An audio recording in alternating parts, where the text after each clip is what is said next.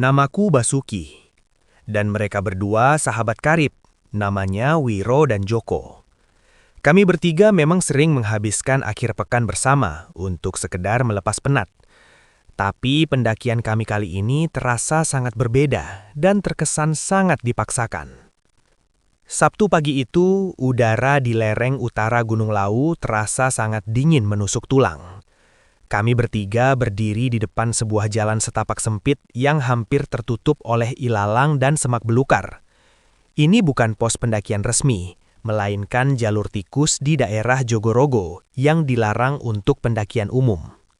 Yakin lewat sini, Wir? Jalurnya ketutup banget begini, mana nggak ada orang lain lagi? Tanya Joko sambil membetulkan letak tali ranselnya yang tampak sangat berat. Udah, lewat sini aja. Kalau lewat pos resmi pasti dilarang petugas karena perlengkapan kita seadanya. Lagian gue lagi males urusan sama birokrasi, pusing. Jawab Wiro dengan nada tinggi. Wajah Wiro pagi itu memang terlihat sangat berantakan. 3 hari yang lalu ia baru saja menerima undangan pernikahan dari perempuan yang sudah dipacarinya selama 5 tahun. Patah hati yang sangat hebat itu membuat akal sehatnya seolah hilang. Ia ingin lari sejauh mungkin dari kota, dan Lawu adalah tujuannya. Aku dan Joko yang merasa khawatir akhirnya memutuskan untuk ikut menemaninya. Ya sudah, ayo jalan, jangan kelamaan berhenti di sini, kataku sambil mulai melangkah masuk mengikuti Wiro yang sudah lebih dulu menebas semak-semak di depannya. Kami mulai memasuki hutan pinus yang sangat rapat. Jam-jam awal pendakian diisi dengan suara langkah kaki kami yang menginjak ranting kering dan napas yang mulai tersengal-sengal. Jalur Jogorogo ini ternyata jauh lebih berat dari yang aku bayangkan. Tanjakannya sangat curam dan tanahnya sangat licin karena tertutup lumut. Wiro yang berjalan paling depan terus saja mengumpat. Dia memaki dahan pohon yang menyabat wajahnya, memaki tanah yang licin, bahkan memaki tasnya sendiri yang ia anggap terlalu berat. Setiap kali dia tersandung, satu kata makian kotor pasti keluar dari mulutnya. Wir, mulut lu dijaga kek. Ini hutan lebat, jangan misuh terus dari tadi, tegur Joko yang napasnya mulai tersengal-sengal. Halah, bacot Jok. Hutan ginian doang, emang kenapa kalau gua ngomong kotor? Suruh demitnya ke sini, nemuin gua kalau berani. Sahut Wiro lantang tanpa menoleh ke belakang. Aku hanya diam mendengarkan perdebatan mereka. Kakiku sendiri sudah mulai terasa kaku karena terus-menerus menanjak tanpa henti. Matahari perlahan mulai naik ke atas kepala, tapi sinarnya sangat sulit menembus lebatnya tajuk pepohonan di atas kami. Hutan ini terasa sangat sepi, bahkan suara burung pun jarang sekali terdengar. Kami terus berjalan menyusuri jalan setapak yang semakin tidak jelas bentuknya. Tidak ada papan petunjuk, tidak ada tanda-tanda keberadaan manusia lain. Hanya ada kami bertiga, deru napas kami sendiri, dan hutan yang semakin lama semakin menghimpit. Menjelang sore, stamina kami benar-benar terkuras habis. Wiro akhirnya berhenti di sebuah lahan yang sedikit datar di bawah rimbunnya pohon-pohon besar. Matahari sudah hampir tenggelam di balik punggung gunung, menyisakan cahaya remang-remang yang membuat suasana hutan makin mencekam. Udah, kita diriin tenda di sini aja. Gua udah nggak kuat narik napas kalau dipaksa lanjut, kata Wiro sambil menjatuhkan tasnya begitu saja ke tanah. Kami pun mulai membagi tugas. Aku dan Joko berusaha membentangkan tenda meskipun tangan kami sudah gemetar karena kelelahan. Sementara Wiro mulai mencari kayu bakar di sekitar area datali itu untuk membuat perapian. Malam pertama di tengah hutan Lawu terasa jauh lebih panjang dari yang aku bayangkan. Kegelapan di sini beda dengan kegelapan di kota. Di sini, gelapnya terasa pekat, seolah-olah ada sesuatu yang padat yang sedang menekan kami dari segala arah. Tenda sudah berdiri tegak di bawah bayangan pohon-pohon raksasa. Kami bertiga duduk melingkar menghadap ke perapian kecil yang apinya masih ogah-ogahan menyala karena rantingnya agak lembab. Suasana mendadak jadi sangat sunyi. Hanya ada suara gesekan daun dan napas kami sendiri yang sesekali terdengar berat. Duh, kayu sampah, susah bener nyalanya asuh. Umpat Wiro sambil terus-terusan mengorek bara api dengan ranting kayu. Wajahnya yang terkena pantulan cahaya api terlihat sangat lelah, tapi sisa-sisa amarah di matanya masih belum hilang. "Wir, pelan-pelan napaknya. Jangan misu terus. Ini udah malam banget," tegur Joko dengan suara rendah. Dia duduk sambil memeluk lututnya, matanya terus-terusan melirik ke arah semak-semak yang gelap di belakang tenda kami.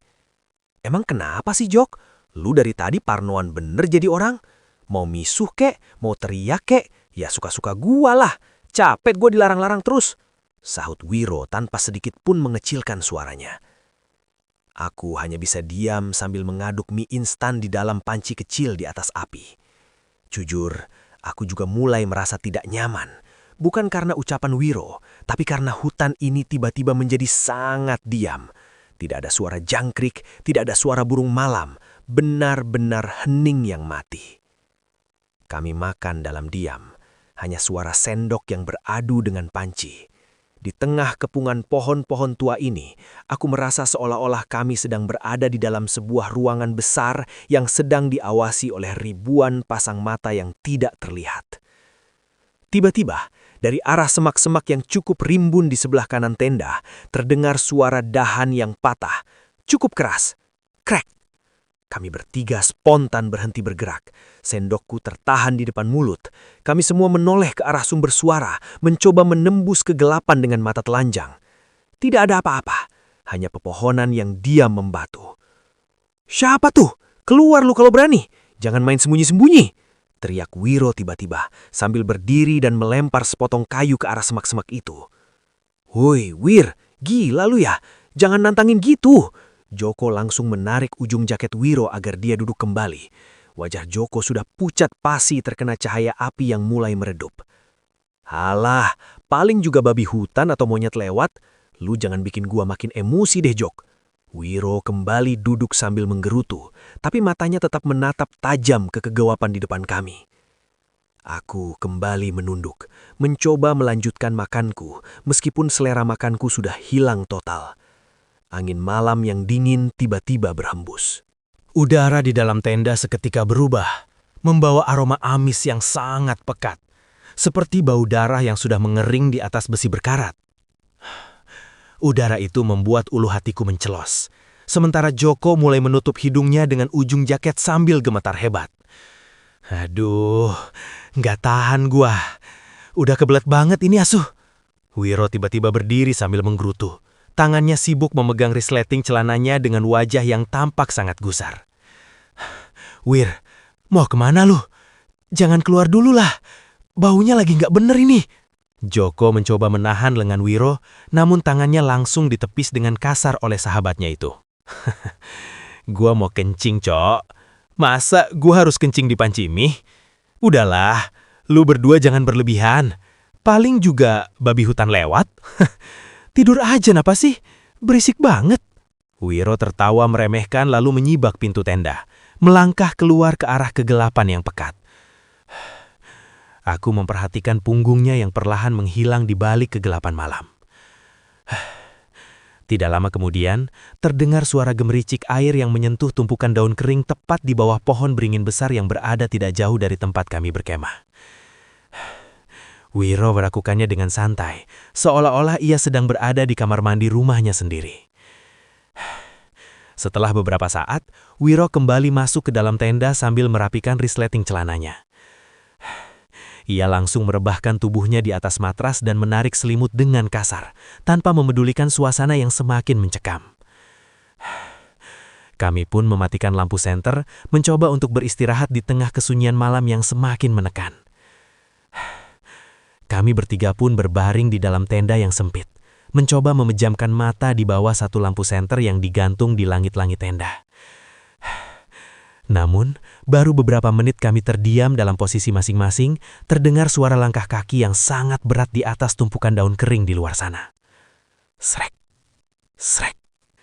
Langkah kaki itu terdengar sangat lambat, mengelilingi tenda kami dengan pola yang teratur seolah-olah sedang mengintai mangsa di dalamnya. Joko langsung menarik sleeping bag-nya sampai menutup kepala, sementara aku hanya bisa mematung sambil menggenggam erat pisau lipat di saku jaket. "Bas, lu denger itu kan? Langkahnya berat bener. Wir, "Bangun, Wir! Ada yang di luar!" Joko berbisik dengan suara yang nyaris hilang karena ketakutan yang luar biasa. "Diem lu, Jok! Paling juga babi hutan lewat. Tidur aja napa sih? Berisik banget!" Wiro membentak tanpa membuka mata, meskipun aku bisa melihat dengan jelas kalau tangannya sedang mencengkram erat alas tenda kami. Aku mencoba melihat jam tangan digital yang melingkar di pergelangan tanganku untuk memastikan berapa lama lagi pagi akan tiba. Aku menunggu dengan perasaan gelisah yang amat sangat, mendengarkan langkah berat di luar yang tidak kunjung berhenti memutari tenda kami selama berjam-jam. Rasanya malam ini tidak memiliki ujung hingga akhirnya aku berberani diri untuk melirik jam tanganku sekali lagi. Jantungku seolah berhenti berdetak saat melihat layar jam tangan itu. Masih pukul 1.15 dini hari. Jarumnya tidak bergerak sama sekali, seolah-olah waktu di tempat ini telah berhenti berputar tepat setelah Wiro kembali. Bau amis yang menyerang ini benar-benar tidak wajar. Baunya kental, seperti tumpukan daging busuk yang dibiarkan kehujanan di tengah hutan yang rimbun. Wir, lu kencing di mana tadi, Cok? Baunya gila bener ini. Asli, gua gak kuat. Bisik Joko sambil menutup hidung dan mulutnya rapat-rapat dengan tangan yang gemetar. Wiro tidak menjawab. Wajahnya yang kuyu tiba-tiba berubah menjadi keabu-abuan dan pupil matanya mengecil. Tiba-tiba, dia memegangi lehernya sendiri dan bertabuk dengan suara yang sangat parau. Cairan hitam kental keluar dari mulut Wiro, membasahi matras dan mengeluarkan uap tipis yang baunya busuk luar biasa. Mataku membelalak saat melihat gumpalan rambut panjang yang basah dan berlendir ikut keluar dari mulutnya, menggeliat di tengah muntahan hitam itu. Astaga, Bas, itu rambut siapa, Cok? Wiro kenapa? Tolongin, Bas, Wiro muntah rambut. Teriak Joko histeris sambil merangkak mundur sampai mentok ke pojokan tenda. Srek. Kain tenda di samping telingaku tiba-tiba robek. 3 kuku panjang berwarna hitam pekat menembus kain tipis itu, nyaris merobek pipiku. Aku sadar, tenda ini sudah bukan lagi tempat untuk bersembunyi. Wir, tahan Wir, kuatin diri lu, Cok. Jok, ambil tas lu, jangan cuma bengong, kita harus cabut sekarang. Aku berteriak sambil berusaha memapah pundak Wiro yang badannya mulai terasa dingin dan seberat batu.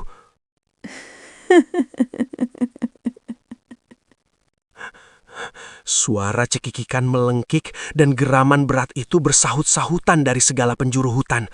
Terdengar sangat dekat, seolah-olah mereka sedang berdiri tepat di luar tenda kami. Cepetan, Jo, keluar sekarang, kita lari. Dengan tangan yang gemetar, aku memapah Wiro keluar dari tenda. Angin gunung yang sangat dingin langsung menerjang wajah kami, membawa kabut hitam pekat. Dengan berbekal senter kami yang tidak seberapa terang, kami berlari meninggalkan tenda, menyusuri hutan berusaha keluar dari teror ini. Kami terus berlari menerobos kabut hitam pekat. Hawa dingin langsung menusuk sampai ke tulang sumsum, namun rasa takut yang mengejar dari belakang membuat kami tidak berani berhenti sedetik pun. Aku merangkul erat pundak Wiro yang mulai kehilangan kesadaran, sementara tangan kiriku menarik jaket Joko yang terus-terusan menengok ke belakang dengan wajah pucat pasi. Langkah kami kacau balau, tersandung-sandung akar pohon yang mencuat tajam dari dalam tanah yang gembur. Duri-duri dari semak belukar liar menyayat kulit kaki dan lengan kami hingga berdarah, tapi rasa perih itu sama sekali tidak ada artinya dibandingkan kengerian yang sedang mengincar kami. Bas, tunggu Bas, napas gua, ulu hati gua sakit banget, Cok. Joko merintih sambil memegangi dadanya. Napasnya berbunyi nyaring seperti orang asma yang sedang kumat. Kakinya tersandung sebongkah batu besar, membuatnya nyaris tersungkur mencium tanah jika aku tidak menahan kerah bajunya dengan cepat. Jangan berhenti, Jok. Kita harus terus lari. Lu mau kita mati dikerubungin demit di sini? Berdiri yang benar. Bantuin gua mapah Wiro. Aku membentak sekeras mungkin untuk menutupi rasa panikku sendiri. Tubuh Wiro sekarang terasa seberat karung pasir basah. Badannya jadi semakin dingin hingga kulitnya terasa seperti bongkahan es yang membeku. Kami kembali berlari, mendaki jalanan tanah berundak dan menuruni lembah licin yang rasanya tidak habis-habis. Senter di tanganku mulai berkedip-redup, hanya mampu menerangi jarak 1 meter ke depan. Setelah berlari entah berapa lama sampai paru-paruku rasanya mau pecah berkeping-keping, langkahku mendadak terhenti. Cahaya senterku menyorot sebuah siluet raksasa yang sangat mengerikan di depan sana. Pohon beringin besar itu. Di bawah akar gantung yang melilit seperti sekumpulan ular kelaparan, sisa muntahan hitam berlendir milik Wiro masih membekas jelas di atas tanah, mengeluarkan asap tipis berbau belerang yang memuakkan. Jantungku rasanya anjlok sampai ke telapak kaki. Kami sudah berlari lurus sangat jauh, tapi entah bagaimana caranya, hutan ini memutar arah langkah kami untuk kembali ke sarang mereka. Gak mungkin. Bas, demi Tuhan kita tadi udah lari jauh banget, Cok. Kenapa balik lagi ke pohon ini? Gua udah gak kuat lari lagi, Bas. Joko berteriak histeris. Kedua tangannya menjambak rambutnya sendiri dengan tatapan mata yang mulai kehilangan kewarasan. Sebelum aku sempat menenangkan Joko, kabut tebal di sekitar beringin itu perlahan-lahan menyibak, memperlihatkan sosok-sosok mengerikan.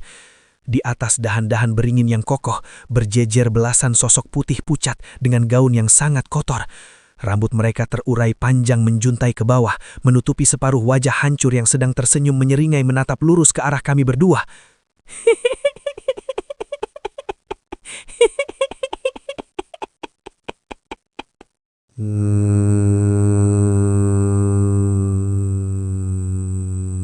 Tawa melengking-lengking itu menyayat gendang telinga kami, disambung dengan geraman amat sangat berat yang menggetarkan isi dada.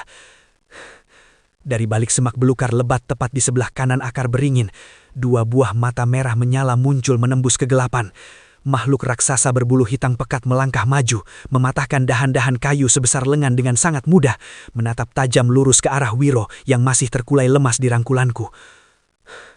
"Jok, jangan diliatin, lari ke arah kiri sekarang, ayo lari!" Aku menyentak tangan Joko sekuat tenaga, kembali memapah Wiro dan menarik langkah kami menjauhi tatapan makhluk-makhluk lawi tersebut. Kami kembali masuk ke dalam lautan kabut yang mematikan, berlari tanpa arah yang jelas, hanya mengandalkan sisa insting untuk bertahan hidup di bawah tatapan ribuan mata yang terus mengawasi kami dari balik kegelapan malam. Kami terus memaksakan diri berlari menembus kabut pekat, menjauhi rentetan tawa mengerikan yang menggema dari arah pohon beringin di belakang sana. Kegelapan hutan ini terasa makin mencekik leher. Lengan kiriku memapah tubuh Wiro yang sekarang terasa seberat bongkahan batu. Dia diam 1000 bahasa, wajahnya sepucat mayat, dan dari sela bibirnya yang membiru, cairan hitam kental terus menetes tanpa henti, menyebarkan bau anyir bangkai yang membuat perutku bergejolak hebat. "Bas, tunggu Bas, dada gua sesek banget, kaki gua udah mati rasa." Joko merintih kesakitan di belakangku. Langkahnya terdengar sangat berat dan tidak beraturan. Dia berulang kali tersandung akar pohon yang menonjol di atas tanah basah. Namun aku terus menarik tangannya, menolak untuk berhenti di tengah lautan kabut ini. "Ayo Jok, tahan sedikit lagi. Jangan berhenti di sini. Mau mati lu. Udah ayo jalan, pasti kita bisa keluar dari sini." Aku mencoba meyakinkan Joko, meskipun kakiku sendiri sudah bergetar hebat. Rasa perih dari goresan duri semak belukar di lengan dan betisku sudah tidak lagi terasa, terkalahkan oleh rasa takut yang menggerogoti akal sehat. Namun, langkah kami mendadak terhenti. Kabut hitam di depan kami bergulung turun, menutup rapat satu-satunya celah jalan setapak. Udara berubah menjadi sangat dingin, membekukan embusan napas kami. Di depan sana, 3 sosok jangkung kaku terbungkus kain lusuh kotor berdiri menghalangi jalan. Mereka melompat pelan, memperlihatkan bagian wajah yang hanya berupa lubang hitam kosong. Hihihihihi. Hihihihihi. Di saat yang sama, gumpalan-gumpalan api berwarna merah kehitaman melayang keluar dari balik semak belukar. Api itu melayang tanpa asap, mengeluarkan bunyi letupan keras seperti kayu bakar, bergerak melingkari kami bertiga dari segala penjuru. "Gua nggak mau mati sekarang, Bas. Asli gua belum kawin. Gua nggak mau mati konyol di sini." Joko jatuh terduduk ke tanah. Dia menutup wajahnya dengan kedua tangannya. Di tengah kepanikan itu, tanah yang kami pijak tiba-tiba bergetar hebat. Duk, duk. Suara langkah kaki yang luar biasa berat terdengar mendekat. Dahan-dahan pohon besar patah disibak oleh sebuah tangan raksasa. Sesosok raksasa menjulang tinggi melangkah keluar dari kegelapan. Sekujur tubuhnya dipenuhi bulu hitam lebat. Dengan sepasang mata menyala merah terang menatap lurus ke arah kami.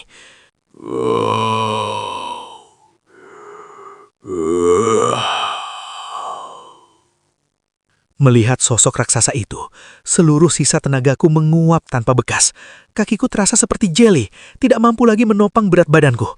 Aku merosot jatuh di atas tanah yang dingin, membiarkan tubuh Wiro terbaring lemas di sampingku. Mulutku terkunci rapat, tidak ada satu patah kata pun yang sanggup keluar.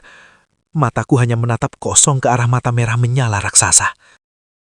Mataku tidak lepas dari sepasang mata merah menyala raksasa berbulu hitam di depan sana. Bayangannya menjulang menutupi sisa cahaya bulan, membawa hawa kematian yang membuat dadaku rasanya mau pecah. Tiba-tiba, tanah bergetar hebat. Akar beringin yang mencuat mendadak hidup seperti sekumpulan ular kelaparan. Ranting-ranting berduri tajam melesat sangat cepat dari balik semak, langsung melilit pergelangan kaki dan betis Joko. Bas, tolong gua, kaki gua ditarik. Gua belum mau mati, Bas. Joko menjerit sejadi-jadinya. Dia terseret mundur, tangannya menggaruk-garuk tanah basah mencari pegangan, tapi duri-duri itu justru semakin menancap robek dagingnya. Tanpa pikir panjang, aku menerjang maju menubruk tubuhnya. Aku membuang segala rasa takut, berusaha untuk melepaskannya. Dengan tangan kosong, aku mencengkeram erat suler berduri itu. Rasa perih luar biasa menyayat telapak tanganku. Lepasin teman gua! Teriakku parau, menarik ranting-ranting itu dengan membabi buta. Kalian tidak bisa lari. Tawa melengking itu mengiris telinga, bertepatan dengan bola api merah kehitaman yang menyambar sangat rendah. Hawa panasnya menyengat leherku, membakar ujung jaket dan rambutku. Bau daging gosong bercampur asap belerang menyengat hidung. Di tengah kepanikan itu, raksasa berbulu hitam melangkah maju. Duk, duk! Tangannya yang berkuku tajam mengayun cepat menghantam tanah tepat di sampingku. Hantaman itu membuat tubuhku terpental melayang, lalu terbanting keras menghantam akar pohon. Pandanganku seketika berputar hebat. Aku terbatuk sangat keras, memuntahkan cairan kental ke atas tanah. Kepalaku pening bukan main, cairan hangat mengalir turun dari pelipisku menutupi sebelah mata. Di tengah kesadaran yang kabur, mataku menangkap pemandangan yang jauh lebih ngeri. Tubuh Wiro yang sedari tadi kaku membisu, kini dikelilingi sosok-sosok jangkung berwajah hitam. Tanah di bawah Wiro mendadak berubah lembek seperti lumpur hisap berbau bangkai. Dari dalam tanah itu muncul puluhan tangan pucat pasi. Tangan-tangan itu mencengkeram lengan, leher dan kaki Wiro, menariknya perlahan ke bawah tanah. Wiro sama sekali tidak berontak. Cairan hitam terus keluar dari mulutnya. Jiwa ini tidak bisa lolos.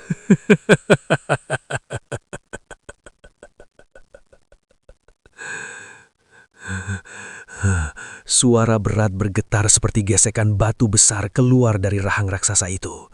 Dia menunduk menatapku dengan mata merahnya, membuat tubuhku bergetar ngeri. Wir, sadar Wir, bangun Wir. Aku merangkak di tanah, menyeret tubuhku yang sudah mati rasa. Tanganku bergetar, mencoba menggapai tangan Wiro yang sedingin es. Namun kekuatan makhluk-makhluk itu terlalu besar. Aku sudah tidak berdaya. Tenagaku benar-benar sudah habis. Tubuhku terasa seperti onggokan kayu rongsok yang hancur. Di sebelahku, Joko sudah terdiam kaku. Matanya terpejam rapat dengan napas yang tersengal. Aku menoleh ke arah Wiro. Tubuhnya sudah tenggelam sampai dada ke dalam lumpur pekat berbau anyir. Wajahnya sepucat kapas. Matanya hanya terbuka sedikit menatap kosong. Cairan hitam terus menetes dari sela bibirnya. Tanah terus bergetar keras. Raksasa berbulu hitam itu terus melangkah maju. Diak. Raga kalian akan membusuk di sini.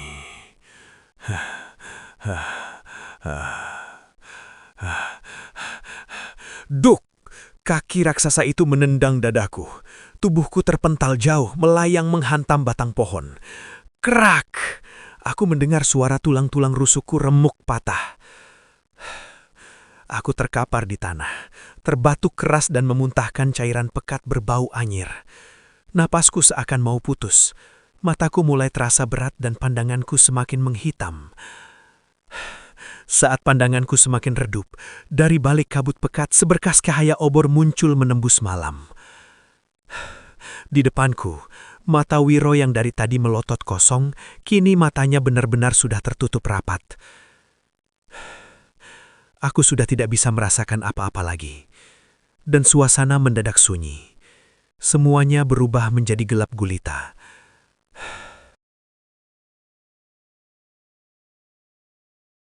Aku membuka mataku perlahan. Pandanganku yang awalnya buram perlahan mulai jelas. Aku tidak lagi berada di tengah hutan lawu yang gelap dan berbau lumpur anyir. Mataku kini melihat atap anyaman bambu yang sangat rapi, diterangi cahaya hangat dari lampu minyak tanah.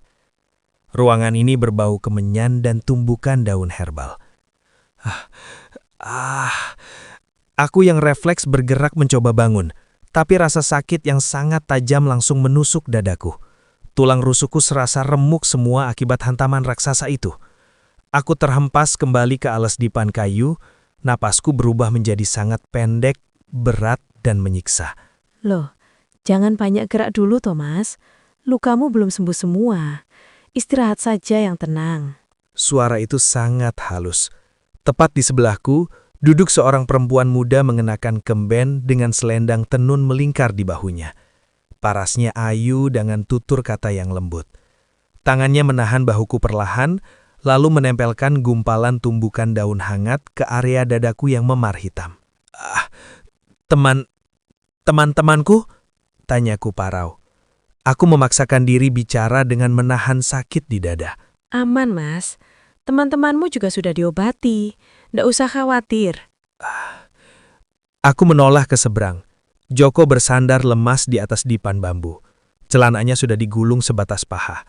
Kakinya yang penuh luka robek akibat lilitan akar berduri sedang dibalut hati-hati menggunakan dedaunan. Joko hanya meringis menahan perih, tapi dia masih bisa menatapku sambil tersenyum kecut. Namun, di sudut lainnya, Wiro sama sekali belum bangun. Tubuhnya terus menggigil dan giginya menggeretak. Wajahnya pucat pasi seperti mayat. Lalu terdengar langkah kaki perlahan. Seorang pria paruh badan bertubuh tegap, memakai pakaian sederhana dengan sorban di kepala, melangkah ke dalam. Pria itu tersenyum hangat dan menatap kami bertiga secara bergantian. Wes sadar tole, syukurlah badan kalian masih kuat. Kenalkan, saya Kirekso. Pria itu menarik kursi kayu dan duduk di tengah ruangan. Dia menunjuk ketiga perempuan di ruangan ini dengan senyum yang ramah. Nah, yang rawat kalian itu Sekar, Laras, dan Gendis.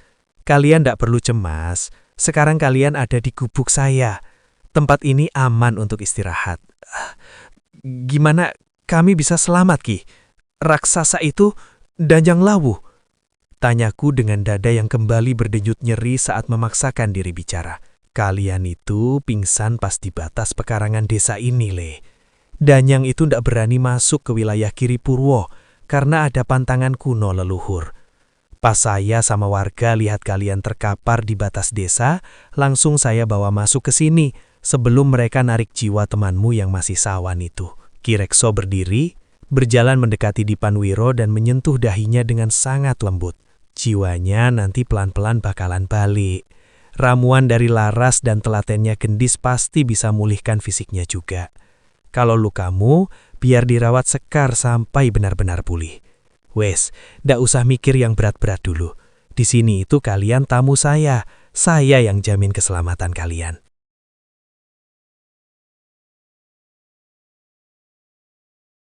Nyeri di dadaku berangsur hilang. Aku duduk santai di lincak bambu samping gubuk. Asap tipis dari tungku dapur warga mengepul di kejauhan. membawa bau pembakaran kayu. Ndak istirahat di dalam, Mas Bas? Sekar berdiri tak jauh dari lincak membawa tampah anyaman berisi irisan temulawak. Tampilannya sangat sederhana. Cari angin, di dalam sumpek, jawabku. Dia mengangguk pelan, lalu ikut duduk di ujung lincak. Jari-jarinya mulai menata irisan temulawak itu agar merata di atas tampah. Aku menggeser dudukku, meraih beberapa irisan basah itu untuk membantunya. Ndak usah, Mas. Nanti tangannya kuning loh kena getahnya. Tangannya refleks menahan pergelangan tanganku. Sentuhan itu hanya berlangsung sebentar, sebelum dia buru-buru menarik tangannya kembali. Pipinya sedikit bersemu merah. Gak apa-apa, sekalian biar ada kegiatan. Jawabku pelan sambil terus menata temulawak itu. Ini buat jamu. Nggih, Mas. Buat campuran jamu beras kencur. Biar dadanya Mas Bas hangat. Aku menoleh menatapnya. Dia sedang menunduk, memusatkan perhatian pada daun-daun di pangkuannya. Makasih, kamu telaten banget ngerawat aku dari awal. Gerakan tangannya terhenti. Dia perlahan mengangkat wajahnya. Mata beningnya menatap lurus ke mataku. Sudah kewajiban saya, Mas. Mas Bas kan tamunya Bapak. Warga sini harus hormat sama tamu. Suaranya sangat lembut. Tidak ada nada berlebihan, tapi justru kesederhanaan itu yang membuat perasaanku makin tak karuan. Desa ini tenang banget ya, beda jauh sama asalku. Asalnya Mas Bas memang gimana? Tanyanya pelan. Di sana riuh banget, orang-orang pada sibuk sendiri. Gak ada yang setenang di sini. Sekar tersenyum tipis. Dia menundukkan pandangannya lagi. Kalau di sana riuh, Mas Bas istirahat saja yang lama di sini, biar badannya benar-benar pulih. Kalau aku di sini terus, nanti kamu repot ngurusin aku. Mboten, Mas. Nggak repot sama sekali. Sekar kembali tersenyum malu lalu buru-buru memalingkan wajahnya untuk fokus pada tampahnya, seolah menyembunyikan raut wajahnya. Obrolan kami sangat sederhana, hanya ditemani suara gesekan daun bambu dan aroma rempah. Namun duduk bersamanya di lincak ini membuatku diam-diam berharap waktu bisa berhenti lebih lama. Irisan temulawak terakhir sudah selesai kutata. Matahari semakin turun, mengubah warna langit di atas desa Giripurwa menjadi jinggardup. Suara kicau burung perlahan digantikan oleh suara serangga sore. Sampun, Mas. Biar Sekar bawa ke belakang. Sekar merapikan sisa serpihan daun di lincak. Sebelum beliau mengangkat tampah anyaman itu, aku sudah lebih dulu menahan ujungnya. Biar aku saja yang bawa. Ke arah dapur kan? Ndak usah, Mas. Nanti dadanya sakit lagi buat angkat-angkat. Udah, ini nggak berat sama sekali. Ayo, ucapku pelan namun meyakinkan. Aku langsung berdiri mengangkat tampah itu. Sekar akhirnya mengalah. Dia mengangguk kecil dan berjalan mendahuluiku menuju bagian belakang gubuk. Aku mengikuti langkahnya dalam diam. Dapur kayu di belakang gubuk itu sangat sederhana. Ada 2 tungku tanah liat yang apinya mulai menyala terang, menyebarkan kehangatan dan bau asap yang khas. Laras terlihat sedang mengaduk sesuatu di sebuah kuali besar. Taruh di meja situ saja, Mas. Aku meletakkannya dengan hati-hati. Laras menoleh dan tersenyum ramah ke arahku. Sekar mengambil selembar kain bersih, lalu menutup tampah temulawak itu agar tidak terkena debu. Mas Bas, tunggu saja di depan. Biar saya dan Laras yang lanjutin. Iya, balasku sambil tersenyum, lalu pamit perlahan kembali ke depan. Langit benar-benar gelap saat kami semua berkumpul di pendopo depan gubuk. Penerangan hanya mengandalkan lampu minyak atau damar yang digantung di tiang kayu. Suasananya temaram tapi sangat hangat. Malam ini udaranya lumayan dingin. Diminum wedangnya selagi hangat, Leh. Ucap Kirekso membuka obrolan. Dari dalam, Sekar dan Laras keluar membawa nampan kayu. Makan malam kami sangat jauh dari kata mewah. Hanya nasi, sayur lodeh, dan sambal terasi. Tapi entah kenapa, memakannya di tempat ini mengalahkan rasa makanan apapun yang pernah ku kenal. Matur nuwun, Ki. Makanan di sini enak-enak terus rasanya. Ucap Joko setelah menelan suapannya dengan lahap. Namanya juga hasil bumi sendiri, Leh. Tanah di sini subur, airnya mengalir terus. Gusti Pangeran sudah ngasih semuanya. Kita tinggal merawat saja. Aku menatap semangkuk sayur di tanganku, lalu melirik ke arah Sekar yang duduk agak jauh di sudut pendopo. Dia sedang menunduk diam mendengarkan obrolan kami. Warga di sini, apa ndak pernah ada niat buat pindah atau lihat tempat asal kami, Ki? Tanyaku pelan, menyuarakan rasa penasaranku. Kirekso meletakkan cangkir bambunya. Beliau menatap keluar, ke arah pekarangan desa yang tenang dan gelap. Buat apa, Leh? Di luar sana orang-orang sibuk mengejar bayangan. Rebutan benar, rebutan harta, sampai lupa caranya mensyukuri napas. Di sini warga ndak butuh itu semua. Hidup tentrem, saling bantu, cukup makan dari tanah sendiri. Hati yang tenang itu rejeki yang paling mahal harganya. Kata-kata itu sangat sederhana, tapi masuk begitu dalam kepikiranku. Di saat yang sama, tanpa sengaja Sekar mengangkat wajahnya. Mata kami kembali beradu di bawah cahaya temaram lampu minyak. Kali ini, dia tidak langsung memalingkan wajah. Sekar membalas tatapanku selama beberapa saat, lalu tersenyum sangat tipis sebelum kembali menunduk. Dadaku terasa penuh. Ketenangan malam ini, kata-kata Kirekso yang menyejukkan, dan senyum kecil Sekar, semuanya mengikat batinku tanpa sadar. Suasana pendopo berangsur sepi. Joko menguap lebar sambil meregangkan tangannya. Disusul Wiro yang tampaknya sudah sangat mengantuk. Mereka berdua berpamitan untuk masuk ke dalam gubuk, merebahkan tubuh di amben bambu yang sudah disiapkan Kirekso. Aku masih duduk di lincak, memperhatikan Sekar yang sedang merapikan nampan-nampan kayu berisi piring kotor bekas makan malam kami. Lara sudah lebih dulu kembali ke rumahnya di sisi lain desa. Aku berinisiatif bangkit dan meraih salah satu nampan. Mas Bas tidur saja, biar Sekar yang bawa. Dia berbisik pelan sambil terus merapikan nampannya. Tatapannya terarah ke tumpukan piring kotor. Tidak ada gestur menolak yang dibuat-buat, murni kepedulian yang praktis. Aku belum ngantuk, mataku belum bisa diajak merem. Balasku dengan suara yang sama pelannya. Sini, biar aku bawa. Aku langsung mengangkat nampan itu tanpa menunggu jawaban. Sekar hanya mengangguk kecil, lalu berjalan mendahuluiku menuju dapur di bagian belakang gubuk. Aku mengikuti langkahnya dalam diam. Dapur kayu di belakang gubuk itu sangat sederhana. Hanya ada 2 tungku tanah liat yang bara apinya mulai redup, menyebarkan bau asap kayu yang khas. Sebuah lampu minyak kecil bergoyang ditiup angin malam, memberikan penerangan yang temaram namun sangat intim. Aku meletakkan nampan itu di meja kayu yang kusam. Sekar mengambil selembar kain lap bersih, lalu menutup tampah berisi temulawak yang tadi sore kami tata di pendopo. Mas Bas biasa tidur larut, Nje, kalau di asalnya. Aku sering. Di sana kalau malam rasanya riuh. Banyak suara, banyak pikiran yang bikin susah tidur. Aku menyandar di kusen pintu dapur, memperhatikan punggungnya yang sedang sibuk.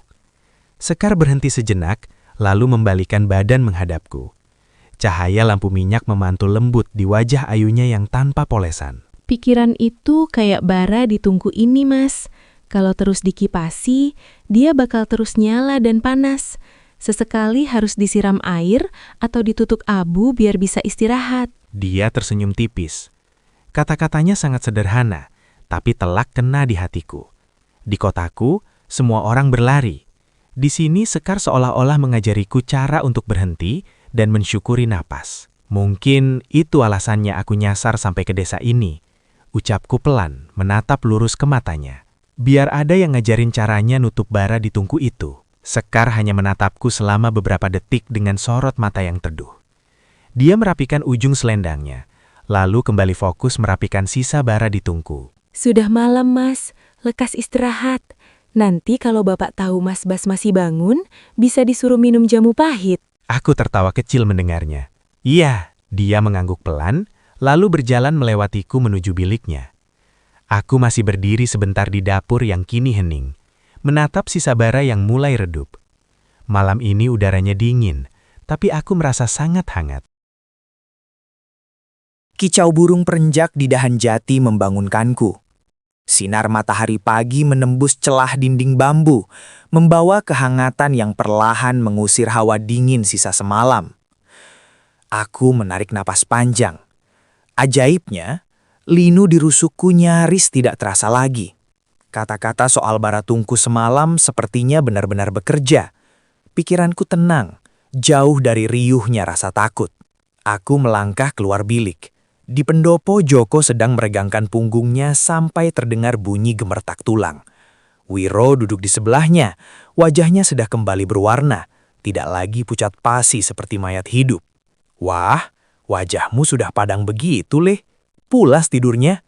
Sapa Ki Rekso yang duduk santai di lincak sambil melinting kelobot tembakaunya. "Nggih, Ki, gak ada mimpi buruk sama sekali. Badan juga rasanya sudah enteng," jawabku sambil ikut duduk di pinggiran pendopo kayu. "Syukur kalau begitu. Hawa demit lau di badan kalian sudah bersih. Mumpung matahari baru naik, kalian bertiga turunlah ke sendang di lereng bawah sana. Mandi sekalian bersihin sisa kotoran hutan kemalin, biar segar." "Sendang, Ki? Wah, pas banget ini. Badan saya rasanya udah lengket semua kayak lem tikus," sahut Joko antusias. Wiro hanya mengangguk setuju. Raut wajahnya juga menyiratkan rasa lega yang luar biasa. Sesuai petunjuk Ki Rekso, kami bertiga berjalan kaki menyusuri jalan setapak berpasir yang menurun. Sepanjang jalan, sapaan ramah warga yang hendak ke ladang selalu mengiringi kami. Mereka hanya bertanya asal atau sekedar mengangguk hormat, murni bahasa kerama yang sangat halus. Sesampainya di bawah, suara gemericik air yang deras langsung menyambut kami. Sendang itu berupa kolam alami berundak dari batu kali. Airnya sangat jernih, mengalir langsung dari sela-sela akar pohon beringin jaksasa yang menaungi area tersebut. Di sisi bawah sendang, terlihat beberapa perempuan desa sedang mencuci pakaian dan perabotan dapur. Di antara mereka, aku langsung mengenali selendang hijau yang familiar. Sekar ada di sana, jongkok di tepi bebatuan, sibuk membilas bakul nasi dari anyaman bambu. Kami berjalan mendekat. Sekar dan Laras yang menyadari kedatangan kami, perlahan menghentikan pekerjaan mereka. "Mau mandi nggih, Mas?" Tanya Laras ramah sambil menggeser cuciannya agar kami punya jalan. "Nggih, Mbak Laras, disuruh Ki Rekso bersihin badan," jawab Joko santai. Pandanganku beralih ke Sekar. Dia tidak banyak bicara, hanya tersenyum tipis sebagai tanda sapaan. Rambut hitamnya diikat asal ke belakang, beberapa helai menjuntai basah di pelipisnya. Tanpa polisan apapun, dikelilingi bebatuan dan air jernih ini, pesonanya justru terasa sangat kuat. "Hati-hati, Mas Bas. Batu yang dekat pancuran itu banyak lumutnya. Licin kalau diinjak." Ucap Sekar pelan menunjuk ke arah undakan batu paling atas. "Iya, makasih udah diingetin. Kalian masih lama nyucinya?" "Tinggal bilas bakul ini saja, Mas. Habis ini Sekar sama Laras langsung naik ke desa lagi. Mas-masnya mangga diteruskan mandinya." Percakapan kami sangat singkat dan praktis. Sekar kembali fokus membilas bakulnya dengan cekatan, merapihkan cucian, lalu beranjak pergi meninggalkan area sendang bersama Laras. Aku sempat melihatnya menoleh sekali ke arah kami sebelum menghilang di balik tikungan jalan setapak. "Ayo nyebur, Bas. Seger bener ini airnya," teriak Joko yang sudah lebih dulu berdiri di bawah pancuran bambu. Wiro menyusulnya dengan tawa lepas yang baru pertama kali ku dengar sejak pendakian. Aku melepaskan jaket dan ikut merasakan dinginnya air sendang. Air ini seperti membilas bersih semua sisa ketakutan, lelah dan trauma dari duniaku sebelumnya.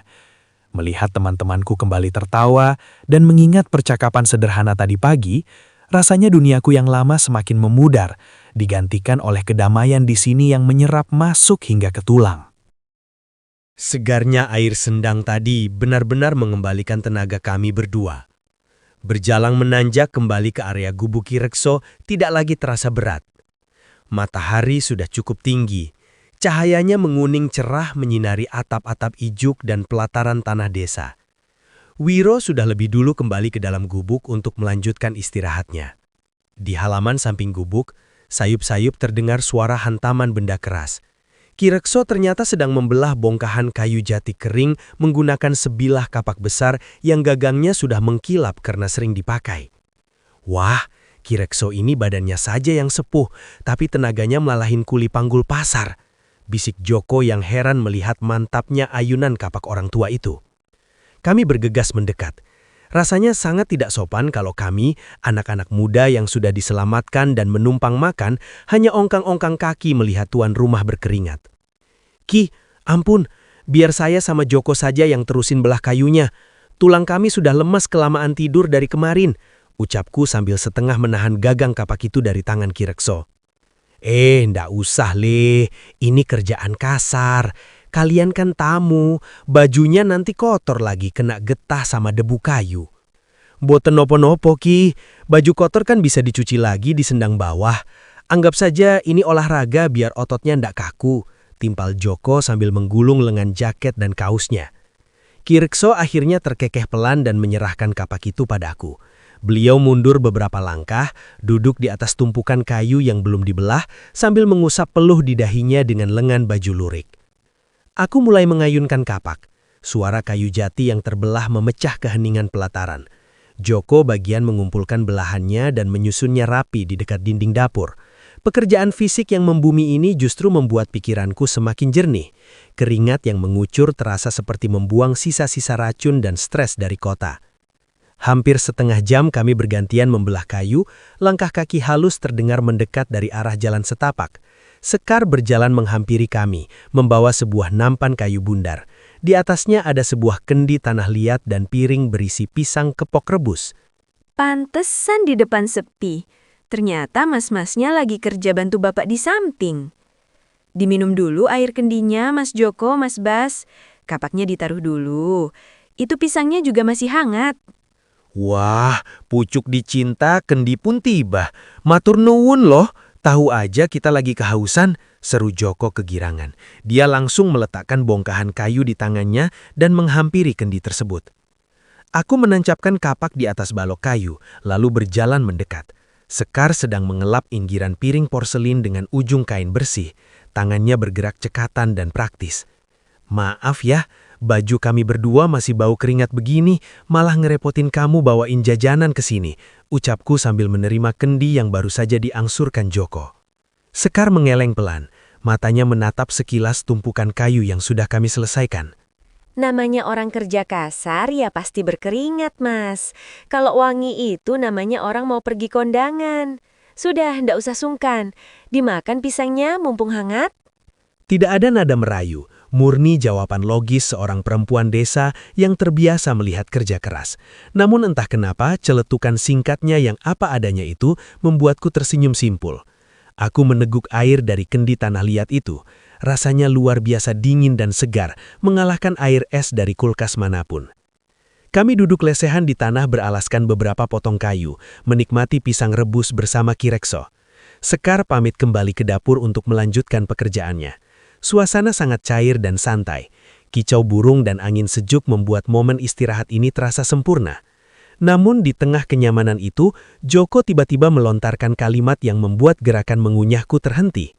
Bas, menurutmu orang tua sama keluarga kita di rumah udah mulai nyariin kita belum ya? Ini udah hari keberapa kita hilang kontak di hutan? Suara Joko terdengar sangat santai, tapi efeknya seperti petir di siang bolong. Aku terdiam menatap sisa pisang di tanganku. Sesaat realita yang selama ini kutekan dalam-dalam kembali mencuat. Di balik kedamaian desa ini, ada kehidupan nyata yang sedang kalut menunggu kepulangan kami. Kehidupan yang entah kenapa kini mulai terasa sangat berat untuk kudatangi lagi. Sisa pisang rebus di tanganku mendadak terasa hambar. Angin sejuk pelataran desa tak lagi mampu menenangkan detak jantungku yang tiba-tiba berpacu cepat. Pertanyaan Joko barusan menamparku keras-keras. Aku menoleh ke arah Joko. Raut wajahnya yang tadinya ceria, kini berubah pias. Dia juga baru menyadari betapa lamanya kami terputus dari dunia luar. Bener katamu Jok, orang tua kita pasti udah lapor tim SAR di bawah. Kita nggak bisa diem terus di sini seolah-olah nggak ada orang yang nunggu kita pulang. Aku meletakkan sisa pisang itu ke atas piring, lalu menatap Ki Rekso yang masih duduk tenang menikmati rokok lobotnya. Perasaanku campur aduk antara rasa tak enak hati sebagai tamu dan urgensi untuk selamat. Ki, nun sewu sebelumnya, ucapku pelan dan hati-hati. Ada opole? Kok tiba temen wajah kalian berdua jadi tegang begitu? Pisangnya kurang mateng? Tanya Ki Rekso dengan senyum kebapaannya yang khas. Boten Ki, pisangnya enak sekali. Cuma saya sama teman-teman ini kan sudah lumayan sehat. Luka-luka juga sudah kering. Kami mau tanya arah. Aku mengatur napas, mencoba mencari kalimat yang paling sopan agar tidak terkesan tidak tahu terima kasih. Kalau kami mau turun ke bawah, ke arah pos pendakian atau desa yang ada jalan aspalnya, itu lewat mana, Jeki? Kami takut keluarga di rumah nyariin. Tangan Kirekso yang sedang memegang rokok lobot terhenti di udara. Suasana pelataran yang tadinya cair tiba-tiba berubah hening. Hanya terdengar suara gesekan daun jati yang ditiup angin. Beliau menurunkan tangannya, menatap kami berdua dengan sorot mata yang lebih dalam dari biasanya. Turun ke bawah, beliau menghela napas panjang, lalu membuang asap rokoknya perlahan. Le, waktu kalian pingsan ditarik kabut kemarin, kalian sadar ndak masuk lewat jalur mana? Aku dan Joko saling berpandangan. Ingatan soal rawa lumpur dan akar-akar gila di tengah kabut pekat kembali berkelebat di kepalaku. Aku hanya menggeleng pelan. Kalian itu masuk lewat jalur mati, alas demit lau. Kiri Purwa ini letaknya di pangkuan gunung yang paling dalam, ketutup rapat sama kabut. Di sini nggak ada jalan setapak yang tembus ke aspal atau pos kota kalian. Maksudnya gimana, Ki? Berarti kita nggak bisa pulang. Suara Joko mulai bergetar, kepanikannya tidak bisa disembunyikan lagi. Bukan nggak bisa pulang, Le, tapi nggak sembarangan. Kalau kalian nekat nerobos hutan pakai kaki kosong sekarang, kalian cuma bakal muter-muter di alas demit sampai habis umur. Nggak bakal ketemu jalan keluar. Tenggorokanku terasa kering. Jawaban Kirekso tidak meledak-ledak, tidak bernada ancaman. Murni penyampaian fakta yang apa adanya. Namun justru ketenangan itu yang membuat kenyataan ini terasa sangat mengerikan. Kami benar-benar terisolasi dari dunia nyata. Aku menunduk, menatap tanah bersair di bawah kakiku. Di saat itulah, dari sudut mataku, aku melihat Sekar. Dia rupanya sedang berdiri di ambang pintu dapur, membawa lap kersik di tangannya. Entah sudah berapa lama beliau berdiri di sana mendengarkan percakapan kami. Saat aku menatapnya, Sekar tidak tersenyum. Raut wajah ayunya terlihat sendu. Ada kepedihan tipis di matanya. Tapi beliau sama sekali tidak mengucapkan sepatah kata pun. Dia hanya menunduk sedikit perlahan, lalu berbalik masuk kembali ke dalam keheningan dapur. Pikiranku kini benar-benar buntu. Terjebak di desa ini selamanya adalah ketakutan terbesarku. Namun melihat raut wajah Sekar barusan, entah kenapa sebagian kecil dari hatiku menolak untuk pergi. Joko mengusap wajahnya dengan kasar. Suara napasnya terdengar berat dan putus asa. Sejak penjelasan Kirekso tadi siang, tidak ada satupun dari kami yang bersuara. Kenyataan bahwa kami terjebak di desa Giri Purwa tanpa kepastian jalan keluar menghantam mental kami lebih keras daripada saat kami dikejar bayangan di hutan lau. Wiro yang baru saja keluar dari bilik juga hanya terdiam mematung saat Joko menceritakan semuanya. Wajahnya yang tadinya mulai segar, kini kembali pias. Harapan untuk segera melihat aspal, mendengar keramaian jalan atau sekedar menghubungi keluarga di rumah, hancur seketika. Kita ini sebenarnya masih hidup atau udah mati sih, Bas? Gumam Joko lirih. Pandangannya kosong menatap pelataran tanah yang mulai tertutup bayangan sore. Aku tidak bisa menjawab. Rasanya dadaku ikut sesak. Udara desa yang awalnya terasa sangat menyembuhkan, kini seolah berubah menjadi dinding tak kasat mata yang mengurung kami rapat-rapat. Aku bangkit dari lincak meninggalkan Joko dan Wiro yang masih tenggelam dalam rasa frustrasi mereka. Aku butuh udara yang lebih sepi untuk menata isi kepala yang rasanya mau pecah. Langkahku tanpa sadar membawaku ke bagian samping belakang gubuk. Di bawah naungan pohon nangka yang rimbun, aku melihat Sekar. Beliau sedang duduk di atas lempengan batu ceper, tangannya bergerak cekatan mengupas kulit jagung kering satu persatu dan memilahnya ke dalam bakul anyaman bambu. Suara gemerisik kulit jagung itu terdengar berirama dan konstan. Aku berdiri diam sejenak dari jarak beberapa langkah, memperhatikannya. Pemandangan ini begitu nyata, membumi dan sangat kontras dengan kepanikan gaib yang sedang melanda teman-temanku di depan sana. Mendengar suara langkah kakiku di atas daun kering, Sekar menghentikan gerakannya. Dia menoleh pelan, menatapku dengan sorot mata yang tenang namun menyiratkan pemahaman yang dalam. Tidak ada senyum canggung yang dipaksakan. Mas Bas ndak kumpul sama teman-temannya di depan. Susah buat tenang kalau isi kepalanya berisik begini, jawabku jujur. Aku melangkah mendekat, lalu ikut duduk di atas balok kayu pendek yang berjarak tak jauh dari posisinya. Aku menatap tumpukan jagung di depannya. Sekar tidak menimpali keluhanku dengan kata-kata manis. Beliau kembali melanjutkan pekerjaannya. Tangannya menarik sisa rambut jagung dengan telaten. "Kamu dengar obrolan kami sama Kirekso tadi siang ya?" Tanyaku pelan, memecah suara angin sore. Sekar mengangguk kecil. Pandangannya tetap fokus pada jagung di pangkuannya. Enggih, Mas. Bapak memang selalu bicara apa adanya. Ndak mau ngasih harapan kosong ke tamu, biar nggak ada yang nekat cari celaka sendiri di dalam kabut. "Jadi benar, desa ini sama sekali ndak ada jalur tembusannya?"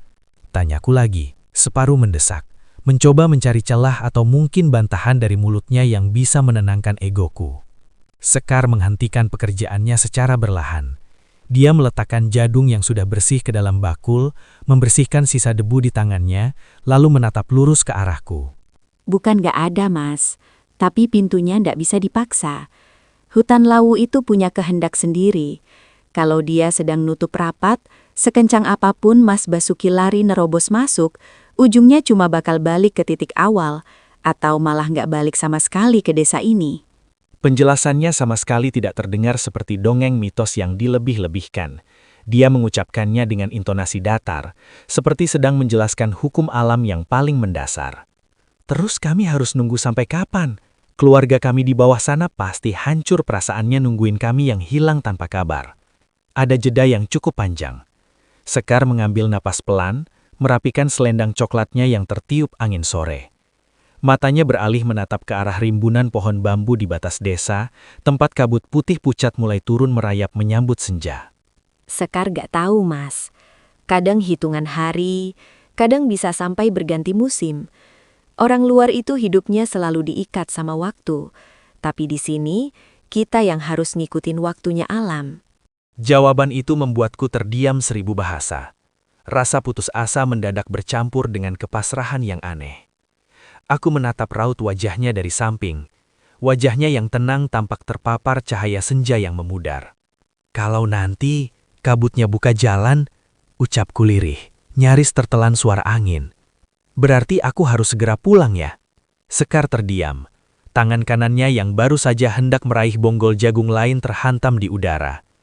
Dia perlahan menoleh kembali menatapku. Kali ini tidak ada tabir yang ditutupi dari sorot matanya.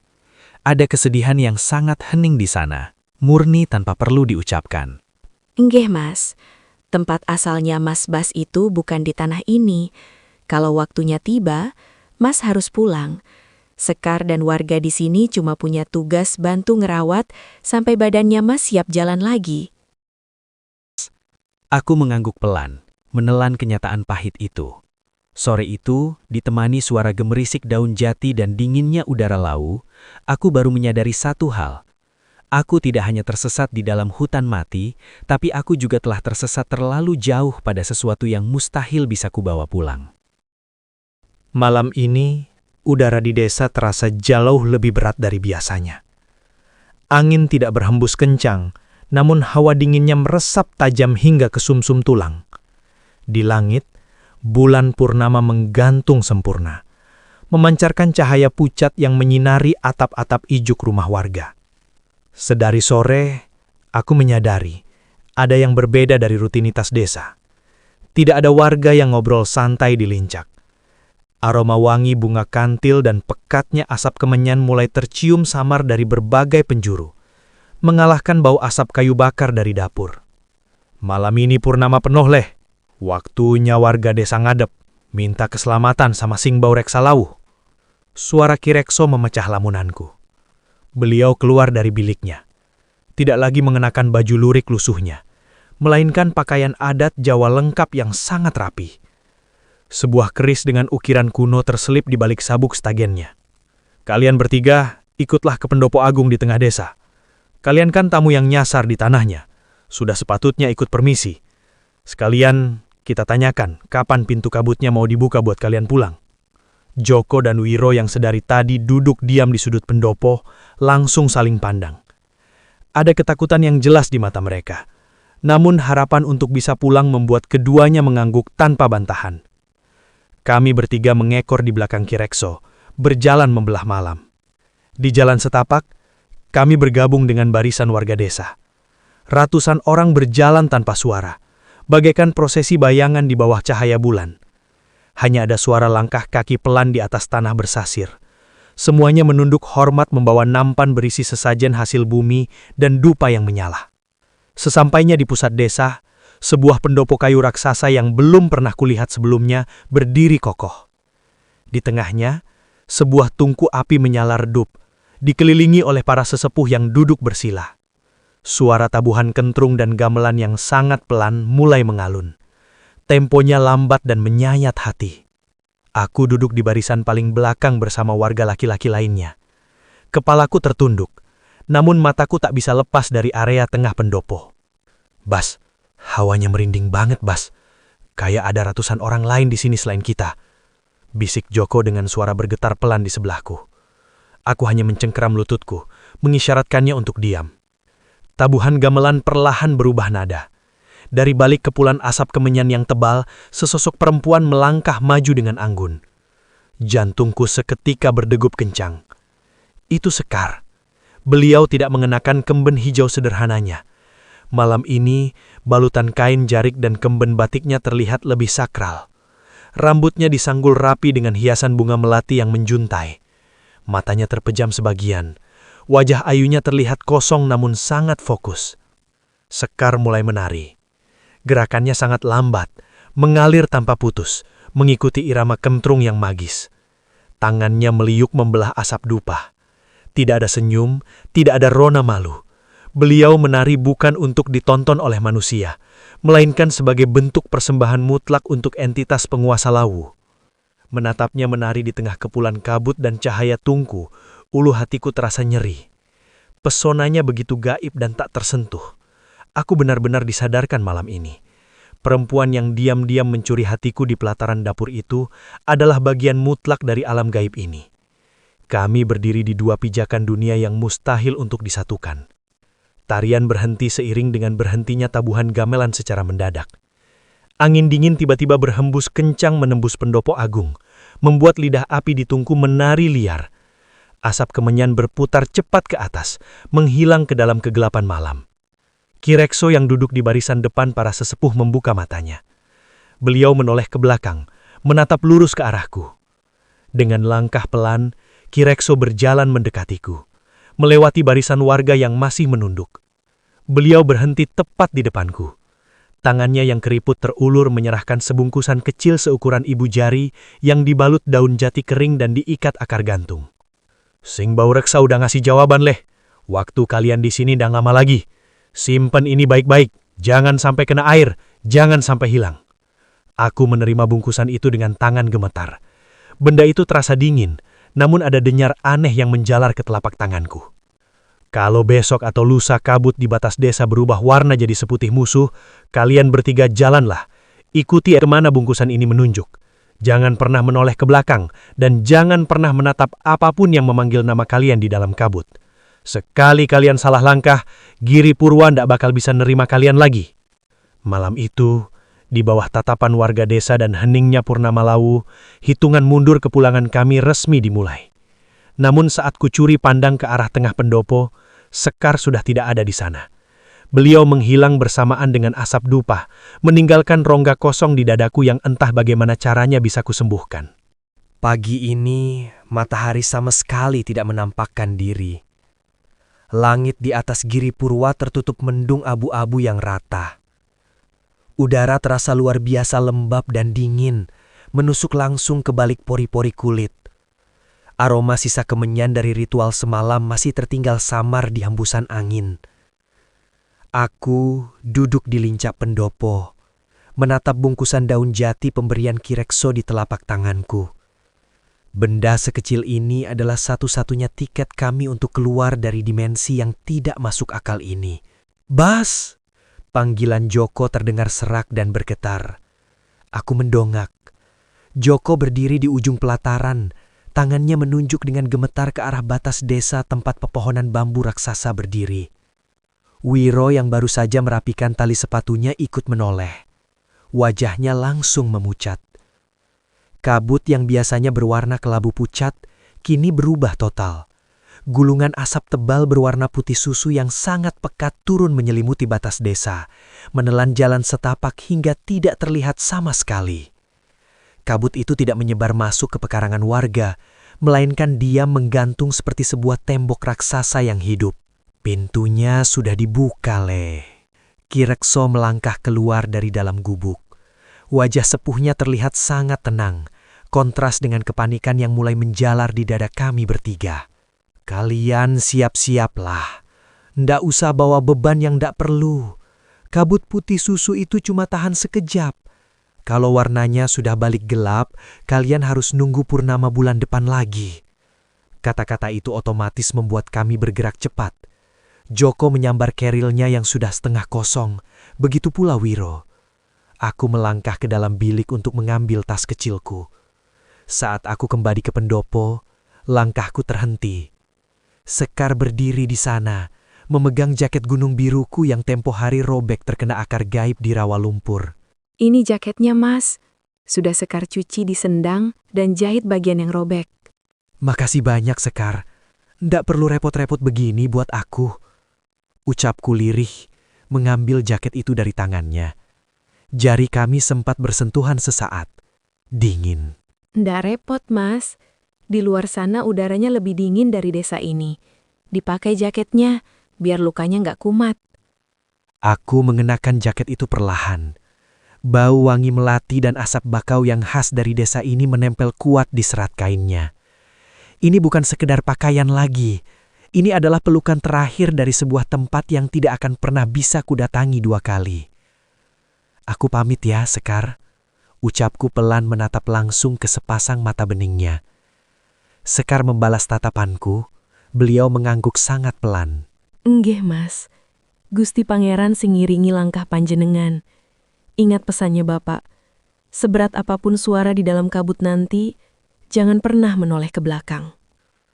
Aku menelan ludah, mengangguk mantap. Kepedulian tertingginya diberikan lewat sebuah peringatan hidup dan mati. Kami bertiga berjalan mengikuti Ki Rekso menuju batas desa. Beberapa warga terlihat berdiri di depan rumah mereka, menunduk siam melepas kepergian kami tanpa sepatah kata pun. Keheningan ini terasa begitu agung sekaligus mencekam. Setibanya di depan tembok kabut putih susu itu, hawa dingin yang mistis langsung menyergap wajah kami. Suara alam mendadak lenyap, tidak ada jangkrik, tidak ada angin, murni keheningan absolut. Pegang bungkusan jati itu erat-erat, Leh. Biar dia yang nuntun kaki kalian. Jalan lurus, merem kalau takut, tapi jangan berhenti sampai kalian nginjak aspal. Matur nuwun sangat, Ki, buat semuanya, ucap Joko dengan mata berkaca-kaca. Ki Rekso hanya menepuk pundak Joko pelan. Aku menggenggam jimat daun jati itu di tangan kananku. Entah sugesti atau bukan, benda itu terasa sedikit hangat di tengah suhu sedingin es ini. Aku menarik napas panjang, mencoba membuang semua keraguan dan kenangan manis tentang lincak bambu, aroma temulawak dan senyum tipis di dapur malam itu. Ayo Jok, Wir, kita pulang. Ucapku tegas. Dengan satu langkah pasti, kami bertiga menembus kabut putih susu tersebut. Pandanganku seketika memutih total. Suhu anjlok drastis. Dan di detik yang sama kami melangkah masuk, aku tahu, ujian dari hutan Lawu yang sebenarnya baru saja mulai. Pandanganku lenyap seketika. Tidak ada pohon, tidak ada tanah, tidak ada langit. Semuanya tertutup warna putih susu yang begitu pekat. Seolah-olah kami baru saja melangkah masuk ke dalam lautan kapas basah. Udara di dalam kabut ini berubah jadi sangat dingin. Rasa dinginnya tidak hanya membekukan kulit, tapi terasa meremas paru-paru setiap kali aku menarik napas. Keheningan yang menyelimuti kami benar-benar pekat, sampai-sampai aku bisa mendengar detak jantungku sendiri yang berpacu liar. Jok, Wir, pegangan tali tas kerilku kencang-kencang. Jangan sampai lepas walau sedetik pun, teriakku. Suaraku terdengar tertahan, seolah kabut ini menyerap gemanya. Udah Bas, pegangan gua udah kencang, balas Joko dari belakang.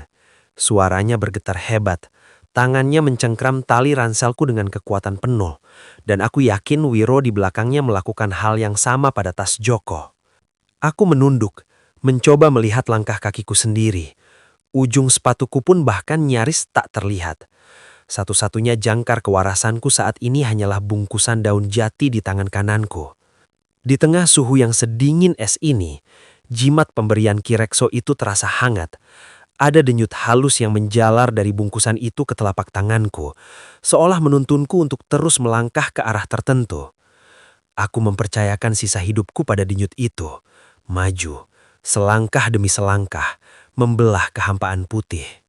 Entah sudah berapa lama kami berjalan, waktu terasa kehilangan maknanya di tempat ini. Otot betisku mulai kebas, dan napasku semakin berat. Lalu, teror itu dimulai.